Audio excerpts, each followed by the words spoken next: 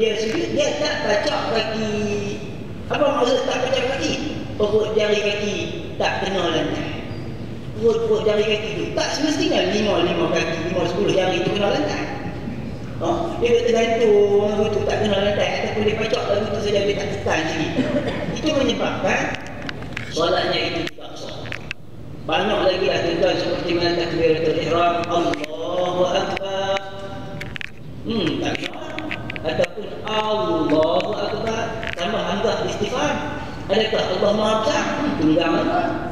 Rosak juga. Ataupun dia kata Allahu Akbar, Allah itu bergendang. Gendang kali 2 muka. Umpah akbar sama ada gendang kali. Jadi perkara-perkara itu perlu dijaga yang berkaitan dengan Allah. Jadi yang keduanya ialah akabatul taubah.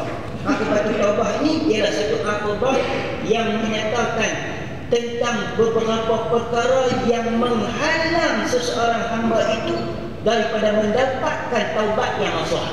Yang ini. Nah, Abu Ishaq Al-Asfiraini menyatakan satu perkataan yang mana dia telah bertaubat kepada Allah Ta'ala ni selama 30 tahun. Hari-hari dia bertaubat kepada Allah, tetapi dia masih lagi tercengang. Heran dekat diri dia, ya Allah, kenapakah aku ini belum mendapat taubat yang nasuha? Maknanya sebenar-benar taubat yang jernih hatinya daripada kesalahan. Maknanya taubat nasuha ni dia tak terlitah untuk buat kesalahan, dia tak teringin dah, tak ada orang kata gangguan dia untuk bertaubat kepada Allah. Bersih taubat nasuha. Tapi dia masih tercengang. Selama 30 tahun dia menjalani sebagai jalan ibadah sebagai seorang hamba Allah, tetapi dia masih belum lagi mendapat taubat yang nasuha. Tiba-tiba datang satu suara hatif kepada dia. Hatif ni makna dia telefon. Tiba-tiba satu suara telefon ni datang kepada dia. Main tak dia? Orang boleh orang tidak kata main. Suara hatif itu berbunyi, maknanya suara yang tidak bertuan, datang daripada pihak Allah.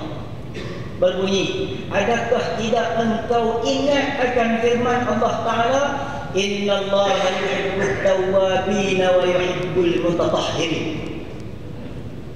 Suara itu menyebut, tidakkah engkau ingat akan firman Tuhan yang berbunyi sesungguhnya Allah Ta'ala itu aman. Innallaha yuhibbu at-tawwabin. Inna harfi taukid, sungguh-sungguh tinya.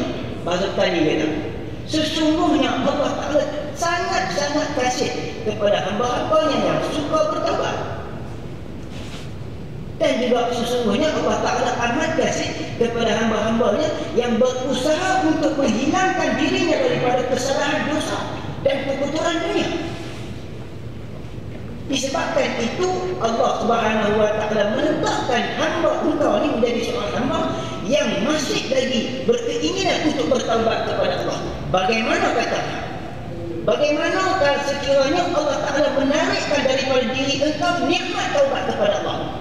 Maknanya waktu itu kita, contohnya macam kita, kalau kita bertaubat sehingga satu hari kita letih, kita rasa malas untuk bertaubat. Pada ketika itu kita cuba erti, kita cuba ambil faham dan cuba erti betapa besarnya nikmat bertaubat itu datang daripada pihak Allah. Sebab apa? Orang yang sentiasa bertaubat ialah orang yang mendapat kasih daripada Allah. Maka kata Musannaf rahimahullah ta'ala, saya baca lagi dulu.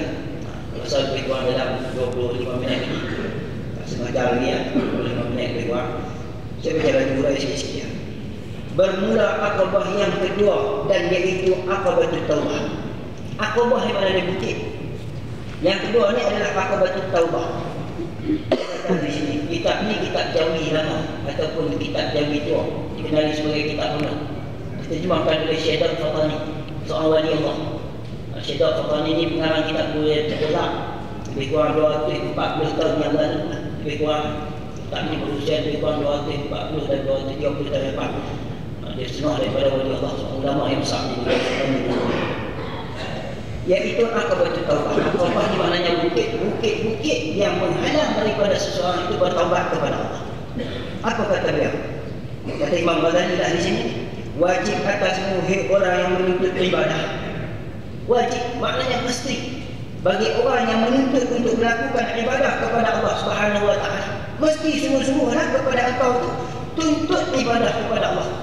Kita sebagai seorang mukallaf, bila diri kita dinamakan sebagai seorang mukallaf tuan-tuan, maka tidak dapat kita mengelakkan diri kita daripada melakukan ibadah kepada Allah dan menjauhkan diri kita daripada maksiat. Kerana setiap mukallaf berjalannya setiap detik dan setiap waktu dalam keadaan dia menanggung hukum-hukum Tuhan. Itu nama mukallaf. Mukallaf ni maknanya orang yang diberatkan ke atas diri dia itu hukum hakam Tuhan ataupun undang-undang Allah Subhanahu Wa Taala, daripada fardunya, daripada wajibnya, haramnya, sunatnya, makruhnya dan juga halal. Kita tak jalan main, duduk jalan duduk berdoa daripada pagi sampai terbenamnya matahari, terbit matahari sampai terbenam matahari, terbenam matahari sampai pada terbit matahari, kita menanggung hukum Tuhan. Itulah yang dinamakan sebagai mukallaf. Nama mukallaf ni tak ada seorang pun yang boleh terlepas daripada hukum Tuhan. Ada tak? Ada seorang yang boleh terlepas daripada hukum Tuhan. Aku duit banyak tak apa, aku boleh beli hukum Tuhan. Tak ada. Semuanya kita akan dipertanggungjawabkan di hadapan Allah Subhanahu Wa Taala. Sebab itu kita perlu mengambil taubah ini sebagai satu jalan kepada hidup kita sebagai seorang hamba Allah Taala. Taubah ni Imam Ghazali sebut dalam kitab beliau, telah memberi taufik Allah Taala akan kami dan akan kamu dengan taubah. Imam Ghazali sebut telah memberi taufik Allah Taala akan kami dan akan kamu dengan taubat. Mudah-mudahanlah Imam Ghazali minta mudah-mudahannya harapan kita ni Allah Ta'ala bagi taufik dekat kita. Taufik ni apa tuan? Taufik ni artinya khalqul qudrati fil 'abdi bi ta'ah. Khalqul qudrati al 'abdi bi ta'ah. Allah Subhanahu Wa Ta'ala menciptakan ke dalam diri kita, Allah Ta'ala memasukkan ke dalam diri kita sesuatu kekuatan untuk kita bangun mendirikan taat kepada Allah dan mudah diri kita untuk melakukan ibadah kepada Allah. Itu maknanya taat. Itu maknanya taufik. Taufik ni supaya kita duduk dalam masjid ni dah, supaya kita duduk dalam majlis ilmu dah. Apa makna hidayah? Hidayah ni maknanya tergerak hati kita untuk melakukan ibadah. Waktu makna hidayah. Makna taufik ni dekat Allah Ta'ala bangun diri kita, bagi kekuatan untuk kita sama-sama buat ibadah. Kalau tak ada kemampuan, kita tak akan buat ibadah. La haula wa la quwwata illa billahil aliyyil azim. Satu zikir yang cukup besar fadilah dia juga.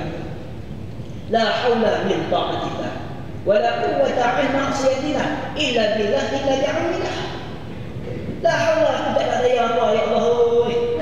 Tidak ada kekuatan, tak ada daya apa untuk aku melakukan sebarang ibadah kepadamu.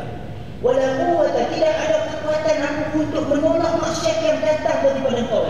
Engkau yang menentukan maksiat tak ada diriku. Tetapi hakikatnya itu datang daripada pihak engkau. Pilihan itu adalah pilihan. Aku tidak ada daya untuk memilih dan menolak maksiat itu, melainkan hanya daripada pihak engkau. Illa billah illa bi'aunillah, melainkan dengan pertolongan engkau ya Allah. Tak apa. Kita ni berhadapan juga. Fima yakhtaru laka la fima takhtaru li nafsika. Disebut ila kita Allah ila asyikatan. Semua Allah Ta'ala pilih untuk kita. Yang berlaku di atas muka dunia hari ini, kita melakukan ibadah, kita tidak melakukan ibadah, orang yang saleh, orang yang saleh, orang yang maksiat, orang yang kufur, semua itu adalah pilihan daripada Allah Subhanahu Wa Ta'ala pada hakikat mutlaknya. Tidak ada kemampuan dan sebarang kekuatan kepada diri kita untuk melakukan sebarang pekerjaan kebaikan itu semuanya kepada Allah. Jadi makna taufik ni apa? Iaitulah kekuatan yang Allah Ta'ala berikan ke dalam jiwa kita untuk kita bangun melakukan ibadah.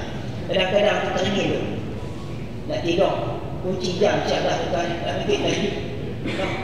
Pukul 3.30 kunci elok lah. Sedap-sedap pukul 8 juga. Tak payah pergi. Pasal apa tuan? Pasal tak ada taufik. Hidayah tu ada. Taufik ada lagi. Dan nak ibadah tu perlu kepada taufik Allah. Jadi mudah-mudahan Allah Ta'ala memberi taufik akan kami dan akan kami dengan taubah. Maknanya taubah ni pun kerja Allah Ta'ala. Taubah ni pun anugerah Allah Ta'ala juga. Kalau Allah Ta'ala tak bagi tak mungkin kita suka dan gemar untuk bertaubat.